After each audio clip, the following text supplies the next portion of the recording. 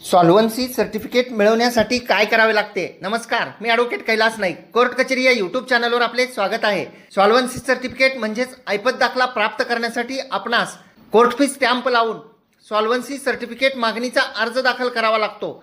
मिळकतीच्या बाजार मूल्याच्या किती टक्के रकमेबाबत सॉल्व्हन्सी सर्टिफिकेट मिळते याबाबत कोठेही स्पष्ट तरतूद नाही, परंतु साधारणपणे जर त्या मिळकतीवर बोजा असेल, कर्जाचा बोजा, तर तो वजा करून साधारणपणे 75% पर्यंत सॉल्व्हन्सी सर्टिफिकेट हे महसूल अधिकारी देतात.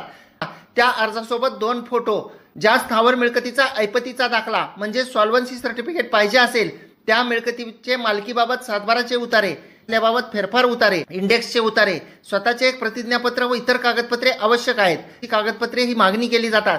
त्या कागदपत्रांचा तपशील, उदाहरणार्थ रहिवासी पुरावा, त्या मिळकतीमध्ये सहधारक असतील तर त्यांची संमती ही सॉल्व्हन्सी सर्टिफिकेटसाठी आवश्यक असते. व्हिडिओ आवडल्यास व्हिडिओला शेअर